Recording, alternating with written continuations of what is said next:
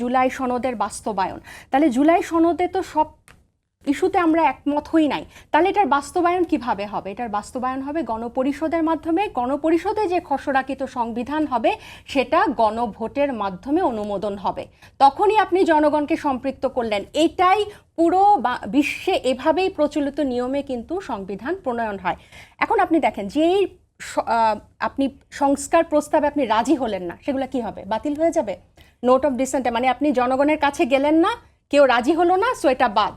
এটা এবং পরবর্তী নির্বাচিত সরকারের কাছে গিয়ে এটা বাস্তবায়ন হবে। তাহলে ওরা যদি বাস্তবায়িত না করে, সেই 2/3 এটা নিয়ে কিন্তু একটা বিশেষজ্ঞ কমিটির সাথে ঐকমত্য কমিশন বসেছিল যে কিভাবে বাস্তবায়ন হবে, সেটা নিয়ে আলাপ হয়েছে কিছুদিন। এখন কি অবস্থা আমি জানি না, কারণ ওনারা যে খসড়া দিয়েছে ওখানে কিন্তু 3টা পার্টের লাস্ট যে চুক্তি পার্ট, ওখানে কিন্তু ওনারা পরিষ্কার করে না এটা কিভাবে বাস্তবায়ন হবে। এখানে কিন্তু 1 বছর 1 মাস সময় ওনারা আরও বাড়িয়েছে, এবং এখানে কিন্তু বিভিন্ন রাজনৈতিক দল বিভিন্নভাবে যাচ্ছে। আমি আপনাকে যেটা বলছি যে একটা সংবিধান প্রণয়নের বিশ্বে প্রচলিত নিয়মই হচ্ছে এটা। আপনি গণপরিষদে যাবেন, গণপরিষদ একটা খসড়া সংবিধান তৈরি করবে, ওটা আপনি গণভোটের মাধ্যমে অনুমোদিত হয়ে আসবে।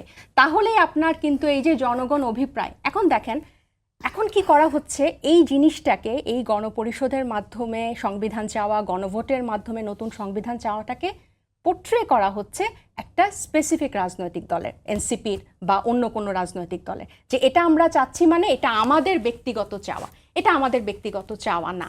এটা এইখানে আপনি স্বচ্ছতা, এখানে সন্দেহ অবিশ্বাসের ব্যাপারটা আসবে। আপনি যখন পুরনো ব্যবস্থা টিকিয়ে রাখার জন্য রাজনীতি করবেন, তখন আপনি জনগণের সাথে কিন্তু আমার রাজনীতিটা হবে, নতুন সংবিধান এসে যাবে, গণপরিষদে যে নির্বাচিত হবে সেই গণপরিষদ, এমন তো না যে গণপরিষদ নির্বাচন হলে এনসিপি জিতে যাবে, ব্যাপারটা তো এরকম না। জাতীয় সংসদ নির্বাচন হলে বিএনপি জিতবে, যেই জিতবে তারাই কিন্তু একটা সংবিধান প্রণয়ন খসড়া তৈরি করবে, সেটা গণভোটের মাধ্যমে অনুমোদন হয়ে আসবে।